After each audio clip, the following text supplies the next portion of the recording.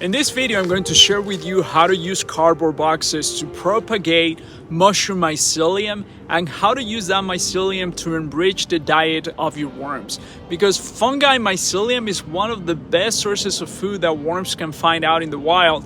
And at home, you can actually create your own system to recycle, to compost cardboard boxes by multiplying mushroom mycelium. The mushroom mycelium feeds on the carbon in the cardboard, and then you can feed that material to your worms. What you have here is a tote bin, a plastic bin that I have filled with cardboard. You want the cardboard to be damped. You want to add some water to be, soft, but not to be wet. You don't want water sitting anywhere in that system.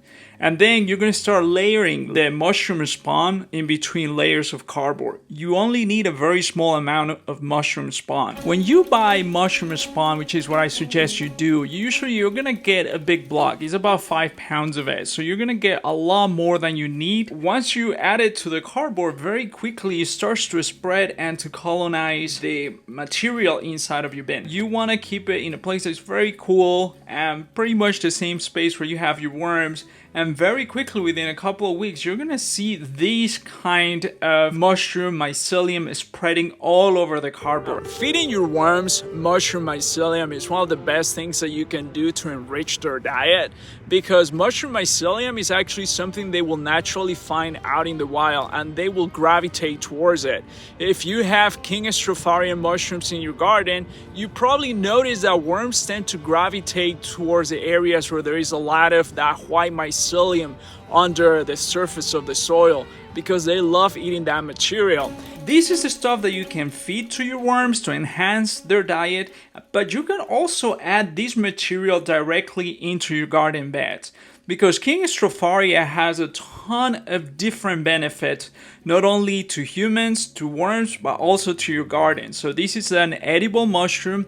When the mushroom fruit, when you have what we consider mushrooms that you buy at the stores, those are actually the fruit of the mushroom. The mycelium network that spread throughout your garden is able to create what's called a mycorrhizae relationship with your plants and trees.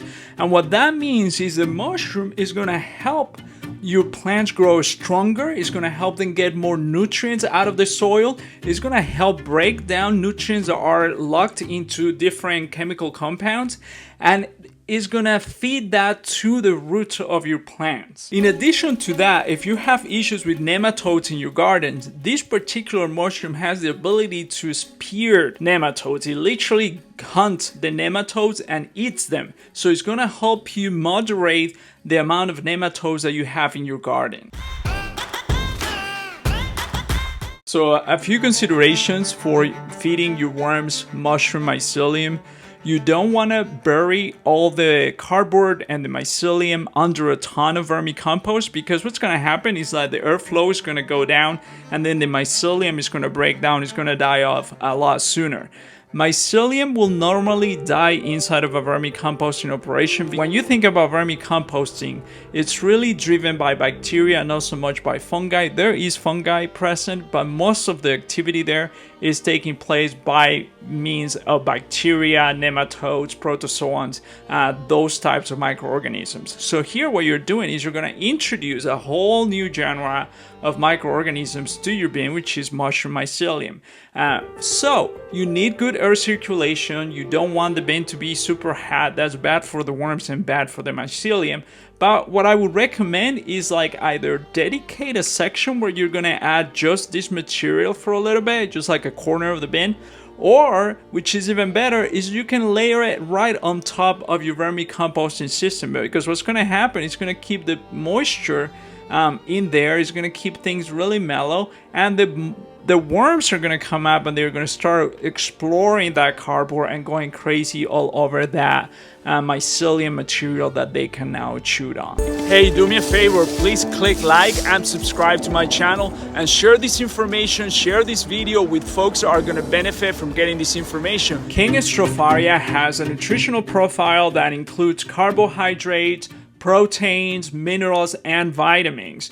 So when you think about it, you took cardboard, which is a very basic, bland carbon material, and then by adding the mushroom into the equation, you're really increasing the nutritional value of that material that then you can feed to your worms without adding things like grains and other sorts of proteins that can really harm your worms. King Stropharia is one of the easiest mushrooms to identify, so if you're a little bit concerned about getting your mushrooms confused with poisonous specimens, this mushroom is very, very easy to identify. It's large, it looks like portobello mushroom. It has a specific characteristics that you will not miss it. I'm not going to go into detail on that in this video, but I'm sure you can find tons of content on YouTube on how to identify King Stropharia. King Stropharia is one of those mushrooms that you can actually grow under sunlight directly on top of soil in your garden. One good thing about this mushroom is that it will grow under sunlight. So most mushrooms require shade, so they are really not compatible with garden beds where you're growing vegetables, especially in the middle of summer. But this mushroom, it will spread throughout your garden, it will fruit sporadically,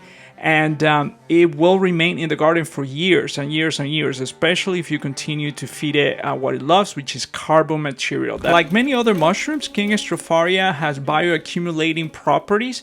So what that means is that if you're working with contaminated soils where there is high contents of pollutants or heavy metals, the mushrooms will absorb those materials and will hold on to those materials. So a good and a bad news is, the good news is if you're trying to heal land that is polluted, these mushrooms will soak in a lot of the heavy metals out of the soil. So what you have to do is remove the mushrooms and dispose them accordingly. So take them out of your garden. If you throw them in your compost piles, the heavy metals are just going to come right back into the cycle. However, if you are working with soils that have been polluted or contaminated, you have to be really careful about eating those mushrooms because they will hold on to some of those pollutants. So it's very similar to worms themselves. They are bioaccumulators. Worms have the same characteristic, and also sunflowers. So here's what you're gonna do next. You're gonna check out another video that I made on biochar and what are the benefits of biochar in terms of creating microbial ecosystems. You're really unlocking a lot of potential for microbial biodiversity. And remember, worms eat microbes. They don't really eat the food scraps. What they are doing is processing the food scraps to take out a lot of the nutrient that comes from those microorganisms that are working on that material.